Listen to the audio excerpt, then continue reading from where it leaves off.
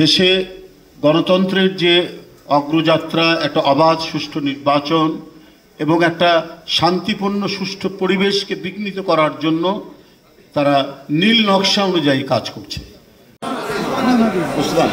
ওসমান হাদি দুষ্কৃতিকারীদের হিংস্র আক্রমণের শিকার হয়ে তিনি হাসপাতালে চিকিৎসাধীন। সর্বশেষ কি অবস্থা জানি না, খুব গুরুতর আহত। বন্ধুরা, এই প্রতিবাদে এবং আপনারা জানেন যে কয়েকদিন আগে চট্টগ্রামের আহ্বায়ক জনাব এরশাদুল্লাহ সাহেব, তাকেও দুষ্কৃতিকারীরা গুলি করেছিল। তিনি অনেক দিন ঢাকাতে চিকিৎসাধীন থাকার পরে মাত্র কয়েকদিন আগে তার হাসপাতাল থেকে তিনি ছুটি পেয়েছেন। এখনও তার আহত যে পরিস্থিতি, সেখান থেকে তিনি সম্পূর্ণরূপে সুস্থ হয়ে উঠতে পারেননি। এগুলো সব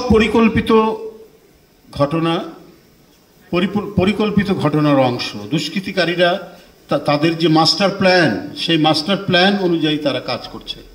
দেশে গণতন্ত্রের যে অগ্রযাত্রা, একটা অবাধ সুষ্ঠু নির্বাচন এবং একটা শান্তিপূর্ণ সুষ্ঠু পরিবেশকে বিঘ্নিত করার জন্য তারা নীল নকশা অনুযায়ী কাজ করছে। এবং তারই অংশ হিসেবেই আজকে ওসমান হাদিকে গুলি করা হয়েছে।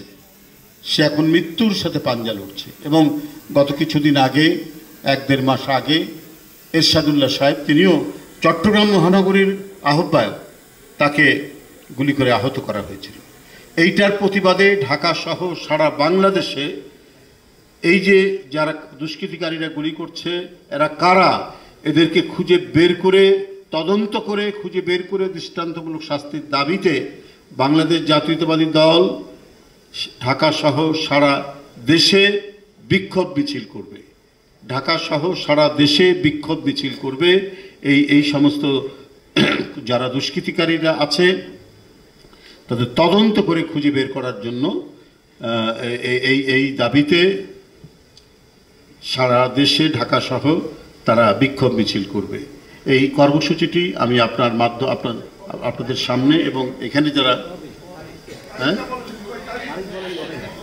আগামীকাল কয় তারিখ, আগামীকাল কত তারিখ,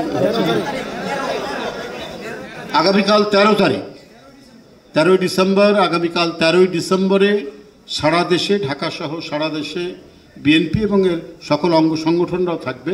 তারা এই বিক্ষোভ মিছিল করবে, তদন্ত করে দুষ্কৃতিকারীদেরকে খুঁজে বের করে তাদের শাস্তির আওতায় আনার জন্য।